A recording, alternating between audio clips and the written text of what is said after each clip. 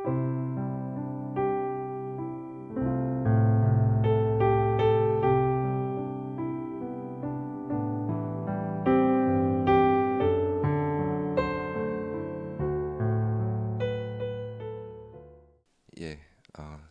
저도 조금 목이 안 좋아서 중간중간에 좀 기침을 할지도 모르겠습니다. 양해 부탁드립니다. 예, 지난 시간에 이제 성경 두 번째 시간이죠. 지난 시간에는 시편 19편 말씀을 통해서 하나님의 말씀이 무엇인지에 대해서 한번 전체적으로 조망을 해봤습니다. 하나님께서 우리에게 어떻게 말씀하시는지, 또 그분의 말씀이 우리에게 무슨 의미가 되는지, 그리고 그 말씀을 듣고 받아들인 자들은 그분께 어떻게 응답하게 되는지를 우리는 시편 19편을 통해서 볼 수 있었고요.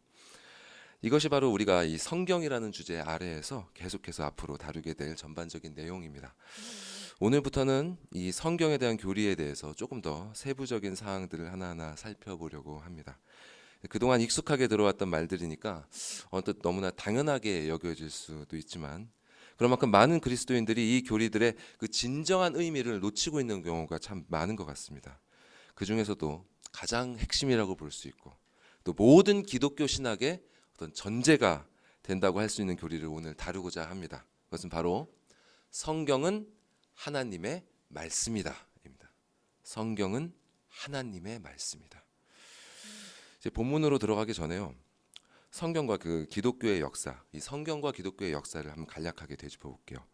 엄밀하게 말하면 이 기독교라는 종교는 성경 말씀을 통해서 성립이 된 것입니다. 그러니까 하나님께서 처음 모세에게 말씀을 기록하게 하셨고, 그 후에 선지자들을 통해 구약을 기록하게 하셨죠. 그리고 예수님이 오신 후에는 그분의 제자들을 통해서 신약이 기록되게 하셨고, 이 구약과 신약의 말씀을 통해 곳곳에 교회가 성립되게 하셨고, 또 온갖 핍박 속에서도 이 말씀을 붙들고 교회가 생존하게 하셨습니다. 이렇게 말씀으로 일어난 기독교는 점점 성장하다가 이 역사적인 변곡점에 이르러서 어느새 온 유럽을 지배하는 종교가 된 것이죠. 그러나 지금 기독교는 더 이상 그런 위상이 아닙니다. 중세에 로마 카톨릭이 부패하고 르네상스를 지나 계몽주의가 온 유럽을 휩쓸면서 사람들은 더 이상 교회의 말을 듣지 않기 시작했습니다. 점점 사람들은 어떤 것을 판단하는 기준으로 성경이 아니라 자신의 이성을 사용하기 시작했고, 이러한 경향이 삶의 모든 분야로 확대되면서 이제 대다수의 사람들은 성경은 더 이상 진리가 아니다라는 확신을 갖게 되었습니다. 그 여파로 현대인들은 더 이상 성경의 권위를 부여하지 않으며 별로 관심도 없습니다. 수백 년 전에 일어났던 계몽주의와 그 이성주의의 여파가 지금도 이어지고 있는 것입니다. 그럼 왜 사람들은 성경을 더 이상 진리라고 믿지 못하게 되었을까요? 많은 이유가 있겠지만 가장 대표적인 첫 번째 이유는 성경에 기록된 여러 가지 기적들 때문입니다. 과학이 발달하면서 사람들은 더 이상 기적에 대해 믿지 않게 되었죠. 과학적으로 일어날 수 없는 일들을 기록한 성경은 이제 다른 고대 이방 종교들의 신화와 다를 바가 없는 것입니다. 이런 이유로 많은 사람들이 기독교를 떠난 반면에, 기독교를 그래도 고수하고자 했던 일부의 사람들은 이렇게 생각했습니다. 성경의 기록들은 신화적이지만 그래도 그 이야기가 주는 교훈들은 진리 아닌가. 이런 관점으로 그들은 성경을 다시 해석하기 시작했습니다. 성경에서 기적과 같은 요소들은 없애버리고 인간에게 이로운 교훈의 요소들을 추출하기 시작한 것이죠. 이런 사람들을 일컬어서 자유주의자들이라고 얘기하는데요. 일반적인 서점에 종교 코너에 꽂혀있는 기독교 서적들의 상당수는 이런 노선을 따르는 사람들에 의해 쓰여졌다고 해도 과언이 아닙니다. 그런데 신화라고 하는 것은요, 이야기 속에 어떤 초자연적인 일들이 그저 일상적으로 일어난다는 특징을 갖고 있습니다. 예를 들면요, 이 신화 속에서는 아침에 해가 뜨고 밤에 해가 지는 이런 일상적인 일들도 실은 신이나 정령에 의해서 일어나는 그런 초자연적인 일인 것이죠. 그러나 성경의 기적은 그런 일상적인 일을 말하는 게 아닙니다. 성경은 기적이 일상적으로 일어난다고 얘기하지 않아요. 또 성경에서 그 기적이라는 일들은 그저 우연히 일어나는 일이 아니라 하나님의 표적이라고 불립니다. 왜냐하면 성경의 기적들은 모두 하나님의 언약의 맥락에서 일어나는 일들이기 때문입니다. 그러니 이게 무슨 말이냐면 이 성경에 기록된 기적들은 하나님께서 미리 약속하시고 당신께서 정하신 어떤 특정한 때에 특정한 곳에서 일어나게 하신 사건들입니다. 예수님께서 무리를 걸으시고 병든 자를 고치시고 또 죽은 자를 살리신 사건들은 어떤 특정한 조건을 갖추면 어느 시대에나 재현될 수 있는 그런 일들이 아니라 하나님께서 그 시대에 그곳에서 특별하게 행하신 언약적인 사건들인 것입니다. 예수님의 부활 같은 것도 마찬가지죠. 예수의 부활을 믿지 않는 수많은 학자들이 이 사건과 관련된 그 미스테리를 풀기 위해서 백방으로 노력했지만 그들이 발견한 역사적인 팩트는 실제로 예수라는 사람이 십자가에서 죽어 무덤에 장사되었으나 그 무덤은 지금 비어있고 그분의 부활하심을 증언하는 수많은 사람들이 나타나 목숨을 버리기까지 그 사실을 증거하며 살았다는 점뿐입니다. 실상이 이러함에도 불구하고 여전히 많은 사람들이 이성주의의 영향 아래에서 성경을 그저 신화로 취급하면서 그 증언에 귀를 기울이지 않습니다. 또 설령 기적이 일어났음을 믿는다고 하더라도 이 이성주의에 묶인 자들은 여전히 성경을 진리로 믿지 않습니다. 왜냐하면 성경을 하나님의 책이 아니라 인간의 책으로 보기 때문입니다. 이 말은 이런 뜻입니다. 성경이 어떻게 기록되었는지를 보니까 이렇게 됐다는 거예요. 자, 역사 속에서 하나님이 어떤 사람에게 나타나셔서 당신을 계시하셨습니다. 자, 계시의 사건이 일어났죠. 그러면 그 계시를 받은 사람은 그분이 하신 말씀을 자신이 이해한 대로 사람들에게 전할 것입니다. 여기서 1차적으로 오류의 가능성이 생긴다는 거예요. 그리고 이렇게 전해진 말씀들이 그 말씀을 받은 사람들 중에 몇몇에 의해서 또 자신들이 이해한 대로 기억한 대로 기록할 것입니다. 여기서 또 오류의 가능성이 생긴다는 것이죠. 성경은 이런 방식으로 기록되었기 때문에 오류가 없을 수 없다는 것입니다. 이런 식으로 생각하는 학자들이 또 목사들이 얼마나 많은지 모릅니다, 여러분. 이 문제를 완전히 다루는 것은 오늘 주제에서 좀 벗어나기 때문에 오늘은 성경에서 이에 대한 실마리가 되는 한 부분만 예를 들고 지나가도록 하겠습니다. 예레미야 36장에 보면요, 예레미야 선지자가 하나님의 말씀을 듣는 장면이 나옵니다. 하나님께서는 예레미야에게 당신의 말씀을 하시면서 책에 이 말씀을 기록하라고 명령하셨고요. 그 말씀을 또 유다 모든 사람들이 듣게 하라고 명하셨습니다.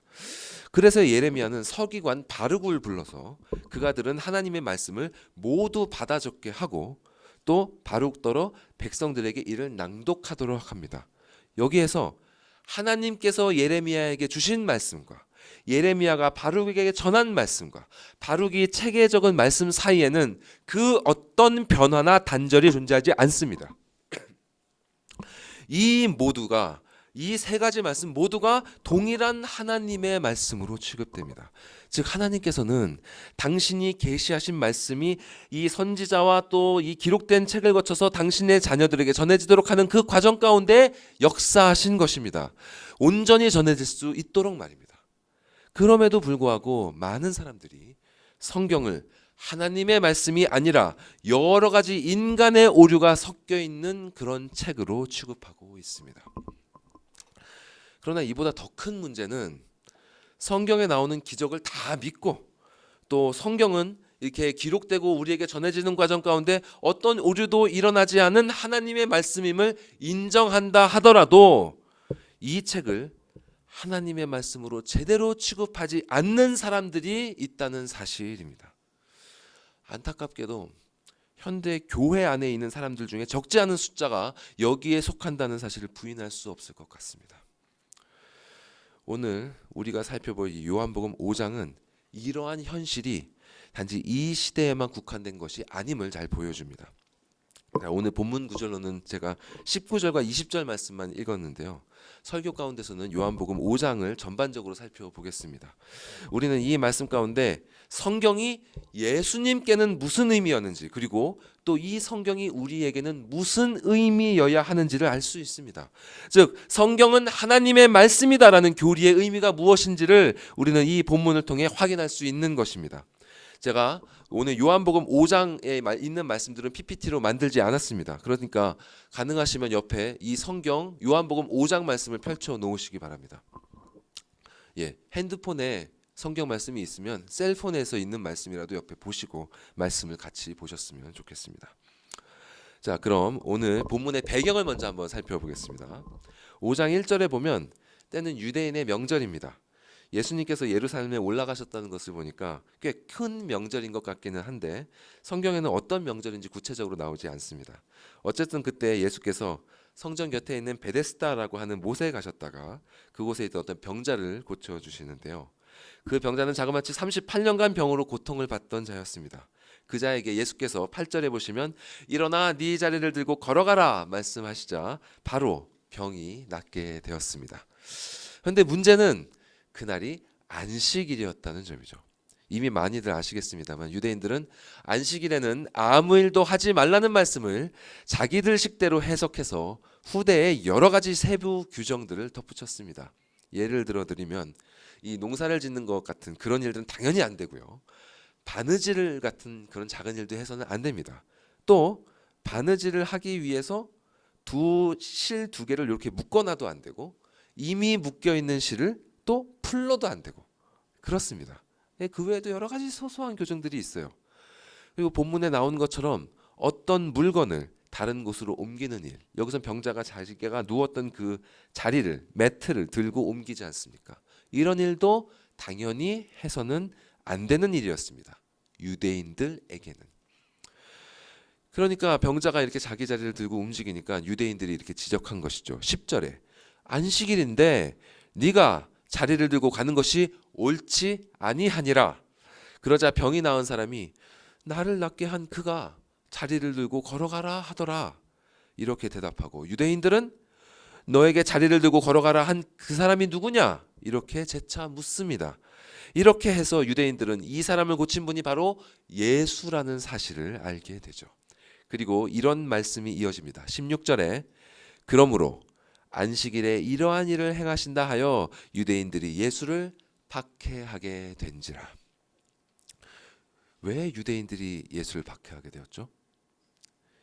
예수께서 안식일의 규정을 고의로 위반했다고 여겼기 때문입니다. 다른 사람을 시켜서. 즉 그가 하나님의 말씀을 일부러 범했다고 생각한 것입니다.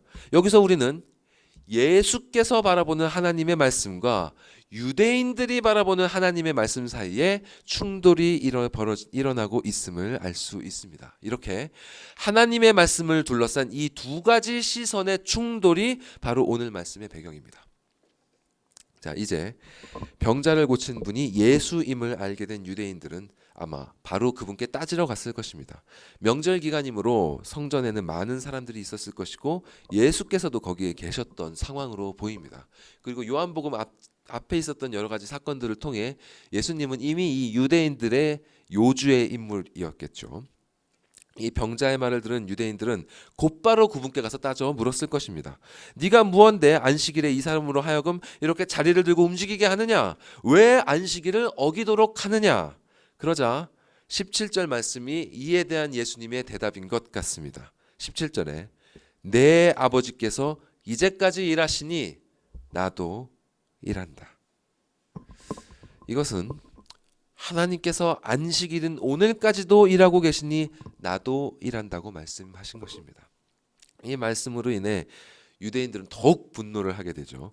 이 상황을 사도 요한은 이렇게 설명합니다. 18절에 유대인들이 이로 말미암아 더욱 예수를 죽이고자 하니 이는 안식일을 범할 뿐만 아니라 하나님을 자기의 친아버지라 하여 자기를 하나님과 동등으로 삼으심이로라. 사도 요한은 예수께서 하나님을 자신과 동등으로 삼으셨다고 합니다. 이 복음서를 시작하면서 이미 사도 요한은 예수님에 대해 이렇게 표현한 바가 있죠. 슬라이드를 한번 보여주시죠. 자, 같이 한번 이 두 말씀 읽어볼까요? 시작. 태초에 말씀이 계시니라. 이 말씀이 하나님과 함께 계셨으니 이 말씀은 곧 하나님이시니라. 말씀이 육신이 되어 우리 가운데 거하심에 우리가 그의 영광을 보니 아버지의 독생자의 영광이요 은혜와 진리가 충만하더라. 자, 이분은 하나님의 독생자이신데 그분은 또한 하나님의 말씀 그 자체이십니다. 그러니까 예수님의 입장에서 하나님의 말씀은 무엇이죠? 예수님의 입장에서 하나님의 말씀은 바로 자기 자신입니다. 그러니까 안식일에는 아무 일도 하지 말라는 그 말씀도 바로 예수 그리스도께 속해 있다는 말입니다. 이렇게 당신 자체가 바로 그 말씀이기 때문에 예수님은 마태복음에서 인자는 안식일의 주인이니라 라고 말씀하실 수 있었던 것입니다. 그러므로 안식일의 진정한 의미를 풀어주실 수 있는 분은 바로 그분인 것이죠. 자, 안식일 얘기가 나왔으니까 잠시 이 말씀에 대해서 살펴볼게요. 안식일에 일하지 말라는 말씀은 무슨 뜻일까? 자, 10계명 우리 말씀 들었었죠. 10계명 중에 제 4계명은 안식일을 구별하여 거룩히 지키라입니다. 이 계명은 하나님을 하나님으로 인정한다는 너희의 그 신앙을 안식일을 거룩히 지키는 그 행위를 통해 나타내라는 말씀입니다. 오롯이 자기 자신만을 의지하는 자는 안식일마저도 아등바등 일을 하려고 하겠지만 하나님을 신뢰하는 자는 그분께서 천지를 창조하시고 그날을 쉬신 것처럼 그분을 따라 안식일에 그 안식을 취하는 것입니다. 그것이 바로 하나님께 영광을 돌리는 일인 동시에 사람에게도 좋은 일인 것이죠. 그래서 예수께서는 안식일이 사람을 위하여 있는 것이요 사람이 안식일을 위하여 있는 것이 아니니라고 말씀하신 것입니다. 이런 의미에서 우리는 왜 안식일에 병을 고치거나 자비를 베푸는 일을 하는 것을 예수님께서 합당하게 여기셨는지를 알 수 있습니다. 왜냐하면 그런 일들은 자기 자신이 영광을 취하는 일이 아니라 내 이웃을 내 몸과 같이 사랑하라는 가장 큰 계명에 순종하면서 그분께 영광을 돌리는 일이기 때문입니다.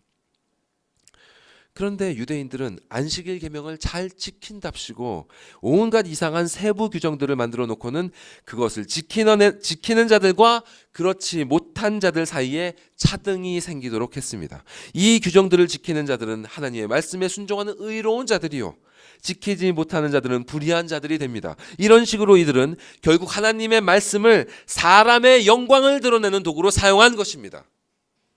이러니 하나님의 말씀 그 자체이신 예수께서 이러한 유대인들의 전통을 절대로 인정하실 수 없었던 것입니다. 그런데 하나님의 말씀 자체이신 분께서 이렇게 말을 이어가십니다. 자, 여러분 19절 말씀 같이 한번 읽어볼까요? 시작. 내가 진실로 진실로 너희에게 이르노니 아들이 아버지께서 하시는 일을 보지 않고는 아무것도 스스로 할 수 없나니 아버지께서 행하시는 그것을 아들도 그와 같이 행하느니라. 아버지의 말씀 자체이신 분이 말하시길 아버지께서 하시는 일을 보지 않고는 아무것도 스스로 할 수 없다고 하십니다. 이렇게 아버지께서 하시는 일을 보아야만 무엇을 할 수 있다고 하심은 하나님의 계시에 전적으로 의존하신다는 말씀입니다. 놀랍지 않습니까? 그리고 본문 말씀은 이렇게 이어집니다. 20절에 아버지께서 아들을 사랑하사 자기가 행하시는 것을 다 아들에게 보이시고 또 그보다 더 큰 일을 보이사 너희로 놀랍게 여기게 하시리라. 성부 하나님께서 성자 하나님께 당신이 하시는 일을 보여주시는 것은 그분을 사랑하시기 때문입니다. 그리고 아버지께서는 38년 된 병자를 고치신 일과 같은 그런 일들보다도 더 큰 일을 그리스도께 보여주시고 그 일들을 행하도록 하셔서 우리들을 놀라게 하실 것입니다. 이렇게 성부 하나님께서는 당신의 사랑으로 그리스도께 당신이 하시는 일을 친히 보여주셨고 그리스도께서는 그 계시에 전적으로 의존하심으로 이 땅에서의 삶을 살아가셨습니다. 그런데 여러분, 그리스도 예수 자체가 바로 우리를 위한 하나님의 계시 아닙니까? 그분이 바로 말씀 그 자체이신데 그런 그분이 계시에 의존하신다는 것은 무슨 뜻입니까? 이는 사람이 되신 그 성자 하나님께서 우리에게 친히 우리가 해야 할 바 본을 보여주고 계신 것입니다. 즉 하나님의 자녀가 무엇을 하기 위해서는 전적으로 아버지의 계시에 의존해야 한다는 뜻입니다. 아버지께서 하시는 일을 보지 않고는 우리도 그리스도처럼 아무것도 할 수 없다는 말입니다. 다시 말해, 만일 우리가 아버지께서 하시는 일을 보지 않고 무엇을 행한다면 그것은 하나님의 자녀가 할 일이 아니란 말입니다. 그러면 우리에게 아버지께서 하시는 일을 보여주는 계시는 무엇입니까? 바로 이 성경입니다. 바로 이 성경 아닙니까? 이 성경이 아니고서는 우리는 아무것도 행할 수 없다는 것입니다. 이와 같이 하나님의 참된 자녀들은 전적으로 그분의 계시에 의존하며 살아가야 합니다. 예수께서 이렇게 사셨기 때문에 하나님 앞에서 우리를 위한 완전한 의로움을 성취하실 수 있었던 것 아닙니까? 여러분은 얼마나 하나님의 계시에 의존하며 살아가고 계십니까? 말씀 자체이신 예수님마저도 이 말씀이 아니면 아무것도 할 수 없다고 하실 정도로 의지하셨는데 여러분은 얼마나 이 말씀을 의지하며 살아가고 계십니까? 이를 가만히 생각해 보면 우리가 얼마나 교만하고 어리석게 살고 있는지를 인정하지 않을 수 없습니다. 우리가 하나님의 자녀답게 살고 있지 못한 것은 어찌 보면 너무나도 당연한 것입니다. 예수께서도 이렇게 말씀에 의지하면서 살아가셨는데 지금 우리는 무엇을 의지하며 살아가고 있습니까? 예수께서는 말씀 가운데 아버지께서 하시는 일을 보면서 살아가셨는데 우리는 지금 도대체 무엇을 보면서 살아가고 있습니까? 예수께서는 말씀을 이어가시면서 아버지께서 당신에게 무엇을 보이셨는지를 가르쳐 주십니다.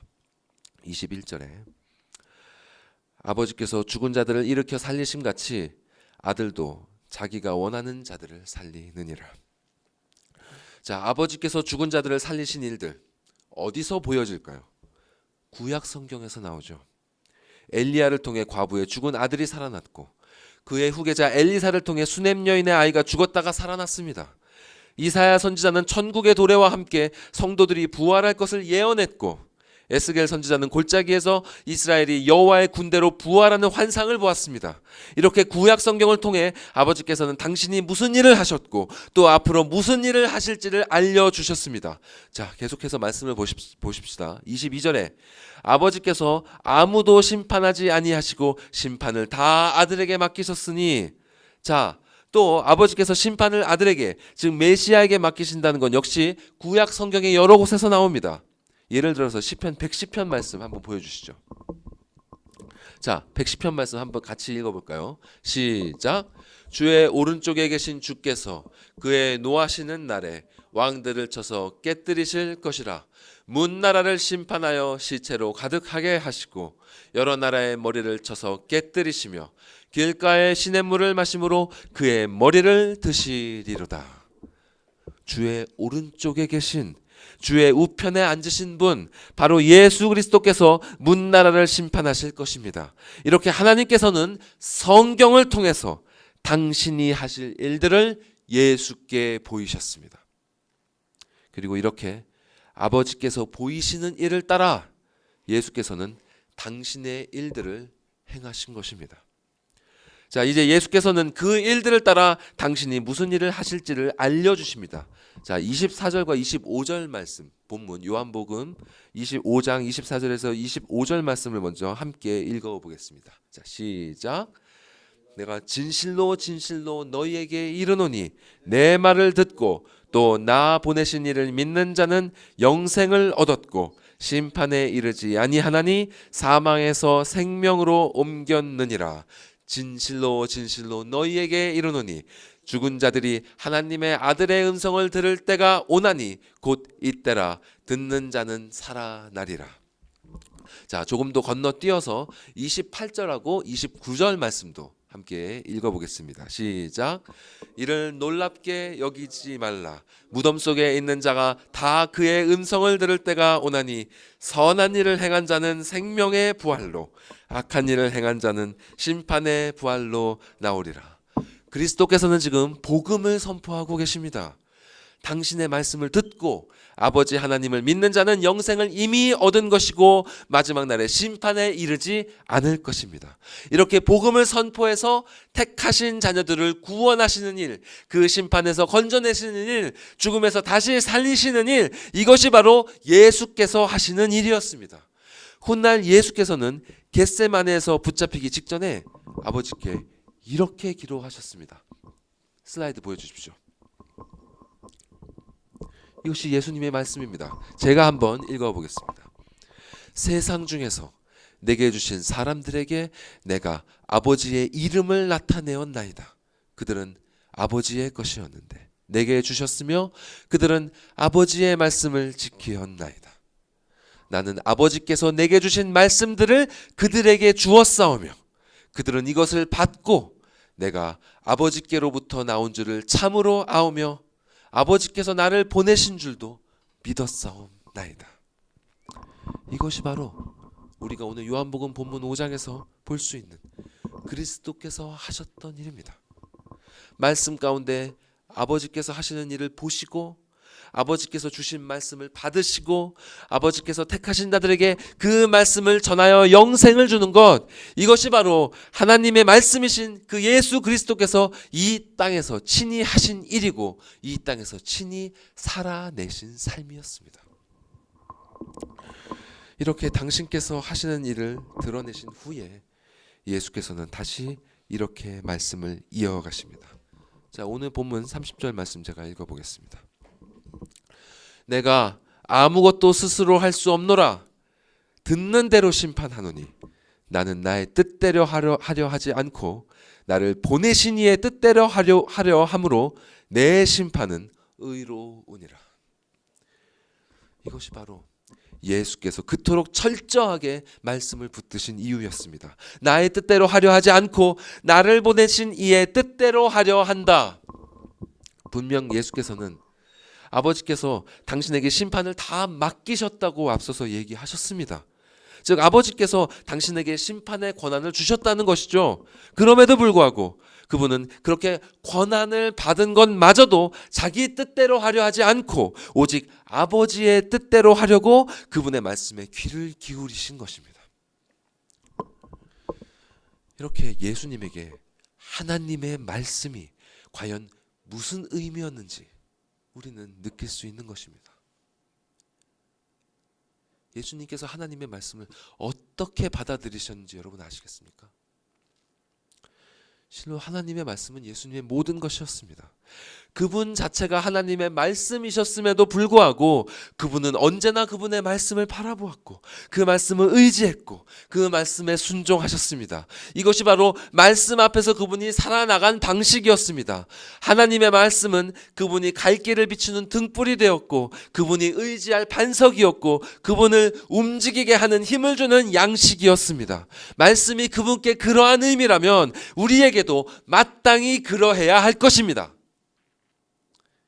그러나 문제는 입술로는 자신을 그리스도인이라고 말하고 또 성경은 하나님의 말씀이라고 확신한다고 고백하는 사람들조차도 성경 말씀을 예수님처럼 받아들이지 못하고 있다는 사실입니다.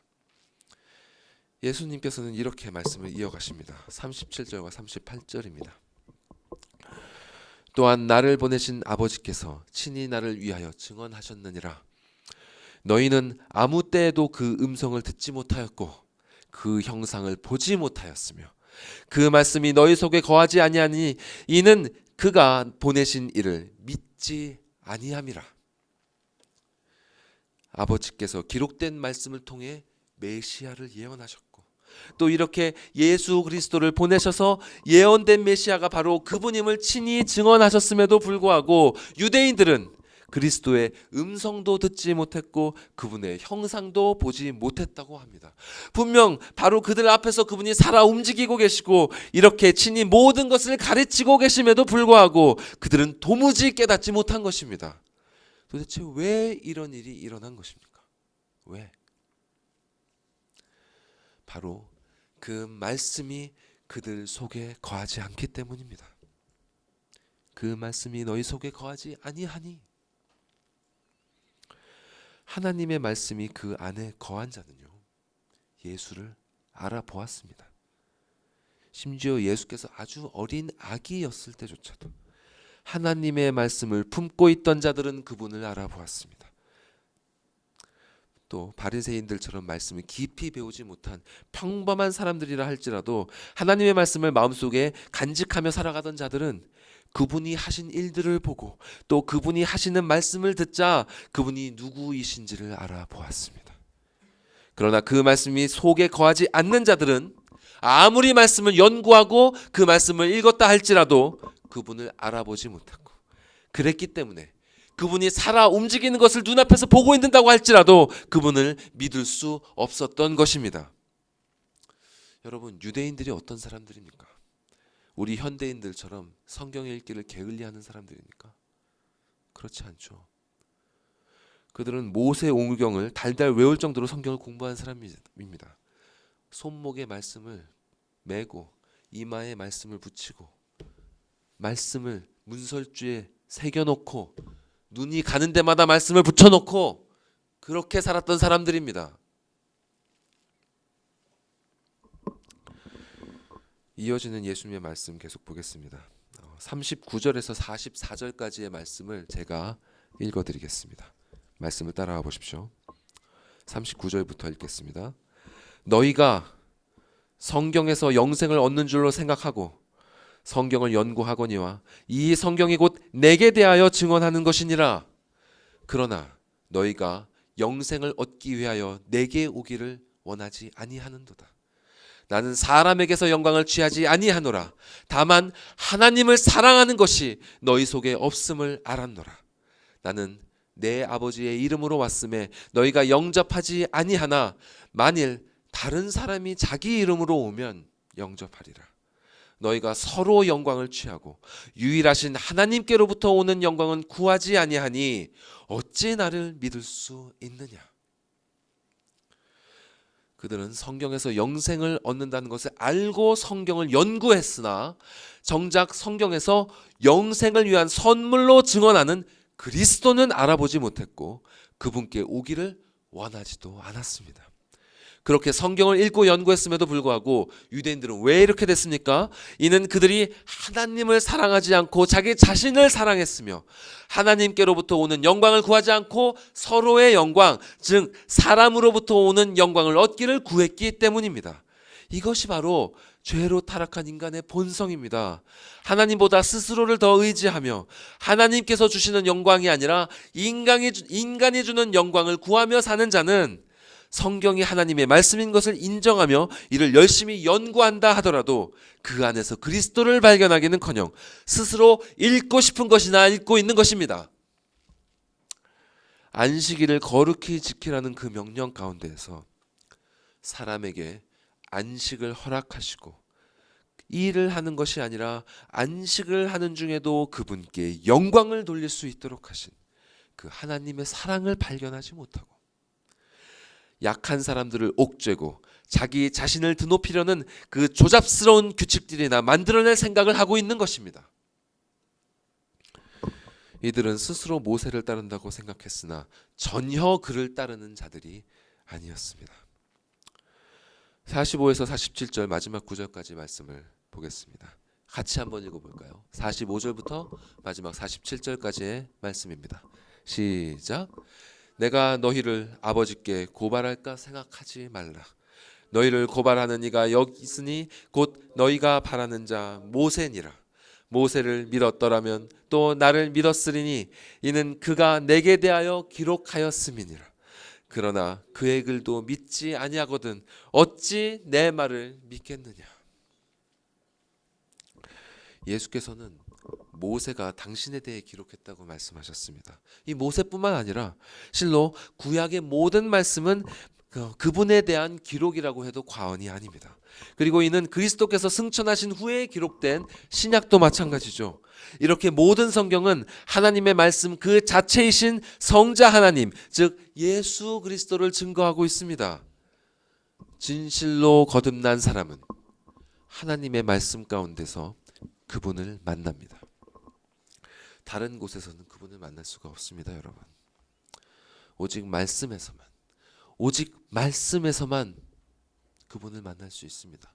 거듭난 자는 그들이 믿고 사랑하는 예수를 그 말씀 속에서만 믿을 수 있기 때문에, 볼 수 있기 때문에 말씀을 사모하는 것입니다.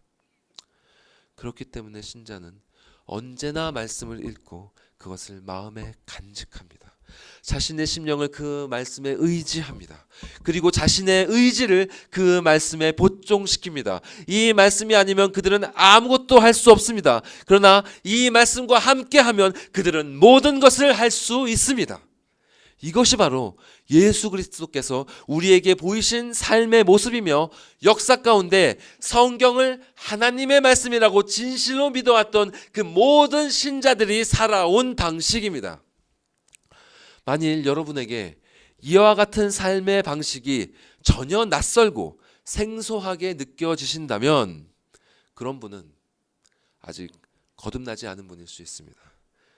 또 이런 삶의 방식이 굉장히 답답하고 통제된 것 같이 느껴지신다면 그런 분도 아직 거듭나지 않은 분일 수 있습니다. 그분들이 그렇게 느끼는 이유는 그들은 아직 복음이 주는 자유를 경험하지 못했기 때문입니다. 그 자유를 경험한 자는 이 말씀 안에서 누리는 자유가 무엇인지 압니다. 예수께서는 이렇게 말씀하셨습니다. 진리를 알지니 진리가 너희를 자유케 하리라. 물고기가 물속에서 참으로 자유롭듯이 참된 그리스도인은 말씀 안에서 참으로 자유롭습니다. 물고기가 참된 삶을 경험하려면 물속으로 들어와야 하듯이 사람의 영혼이 새롭게 거듭난 생명 가운데 살려면 말씀 안으로 들어와야 합니다. 아직 거듭나지 않은 분들이 계시다면 이 말씀으로 들어오십시오. 영혼을 소성시키는 여호와의 말씀으로 들어오십시오. 성령 하나님께서는 오직 이 말씀을 사용하셔서 사람의 영혼을 거듭나게 하십니다.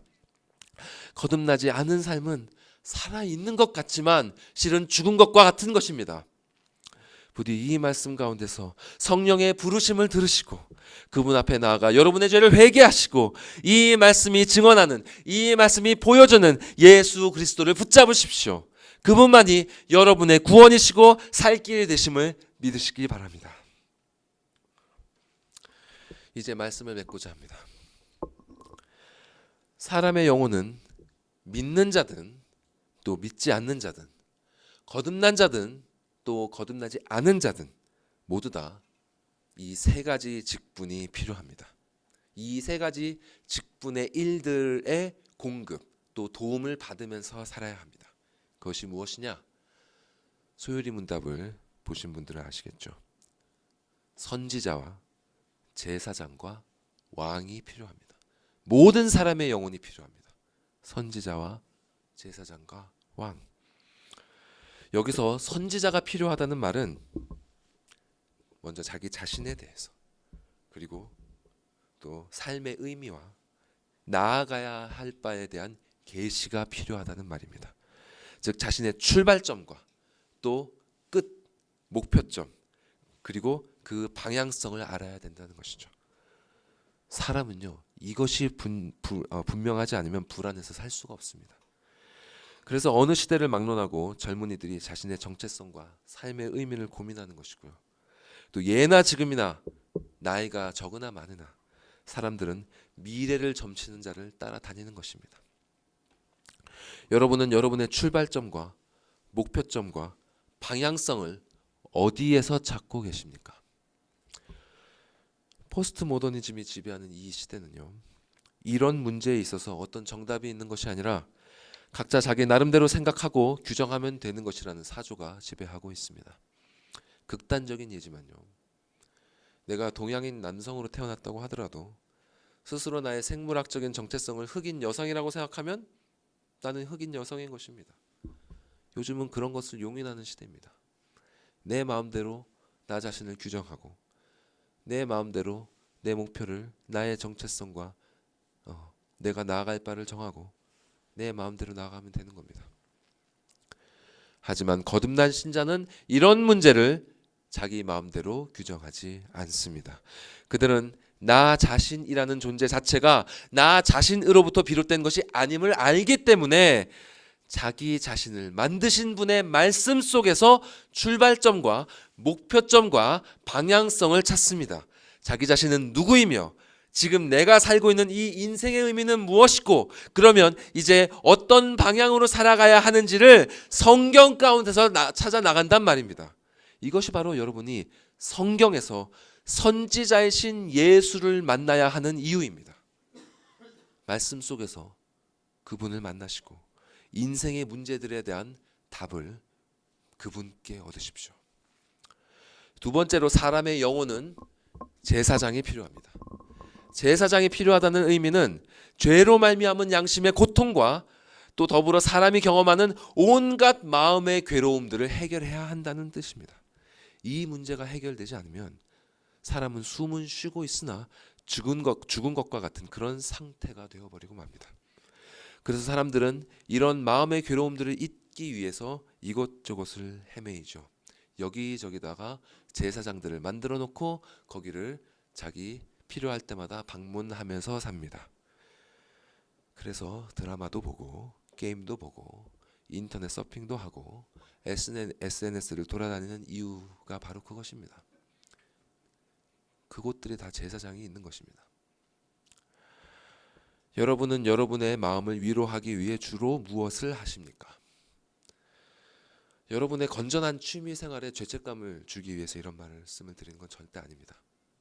하나님의 자녀는 그분이 창조하신 모든 것을 자유롭게 그분 안에서 건강하게 누릴 수 있습니다. 그러나 이 죄 많은 세상 속에서 성도가 누릴 수 있는 진정한 참된 위로는 다른 곳에 있지 않습니다. 그 위로는 바로 예수 그리스도께서 우리의 대제사장이시고 화목제물이 되사 우리의 죄를 대속하셨다는 그 복음의 말씀에서만 참된 위로를 얻을 수 있습니다. 우리가 하나님께 진 모든 빚을 그분이 대신 갚아주셨다는 그 사실만큼 사람에게 위안과 기쁨을 주는 소식은 없습니다. 이것이 바로 우리가 성경에서 제사장이신 예수를 만나야 하는 이유입니다. 말씀 속에서 제사장이신, 우리의 제사장이신 그분을 만나십시오. 그리고 그분으로부터 오는 구원의 기쁨과 위로를 누리시기 바랍니다. 마지막으로, 사람의 영혼은 왕이 필요합니다. 왕이 필요하다는 것은 믿고 의지하며 따를 수 있는 보호자요 권위자가 있어야 된다는 뜻입니다.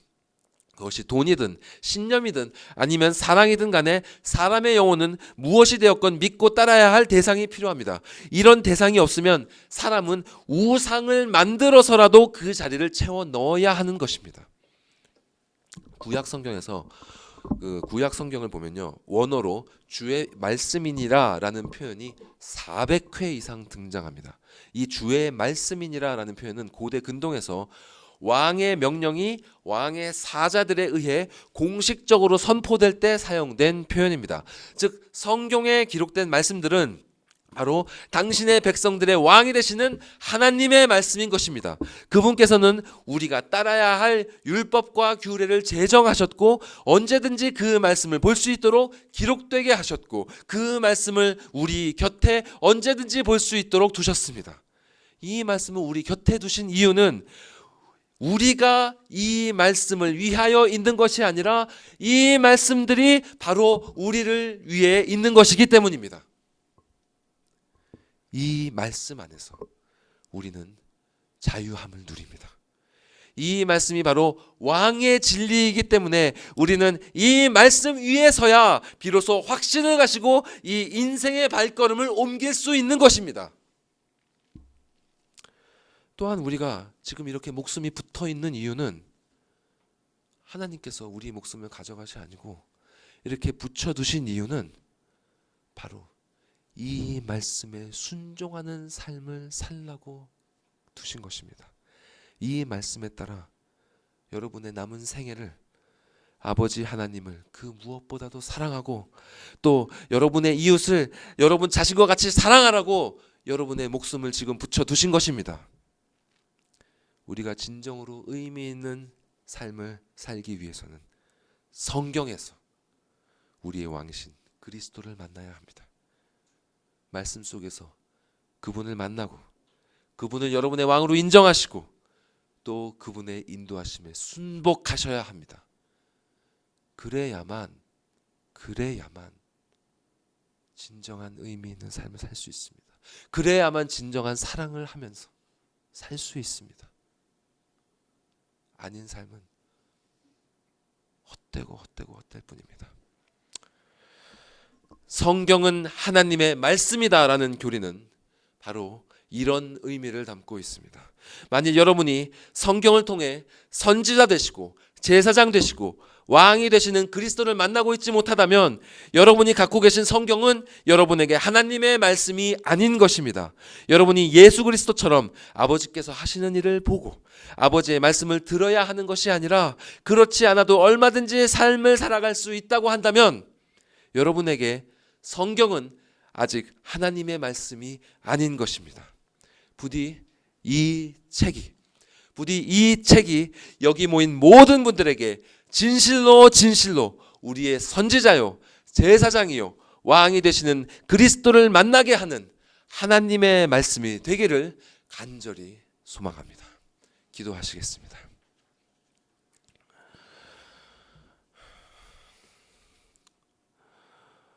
사랑과 은혜가 충만하사 당신의 말씀을 기록되게 하시고 정말 그 장구한 역사 속에서 이 말씀을 우리 곁에 두신 아버지 하나님 감사드리옵나이다.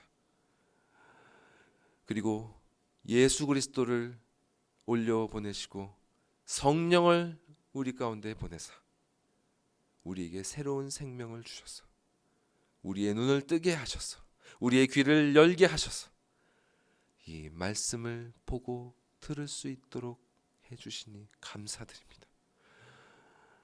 성령 하나님 부디 우리에게 역사하여 주셔서 우리의 안에 주신 이 생명이 약동하게 하셔서 우리 곁에 두신 이 말씀을 읽고 또 깨달을 수 있도록 하여 주시옵소서.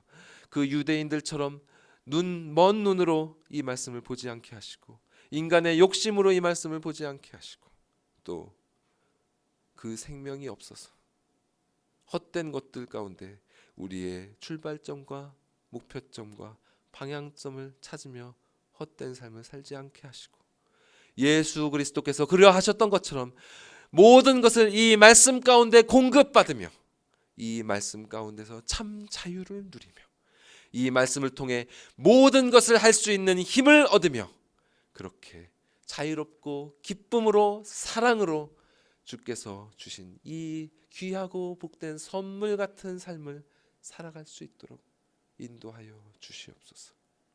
이 삶이 정말 이곳에 모인 모두에게 주님 부여되기를 충만한 그들의 삶이 되기를 간절히 바라옵고 원하오며 이 모든 말씀 우리 구주 예수 그리스도의 이름으로 기도드리옵나이다. 아멘.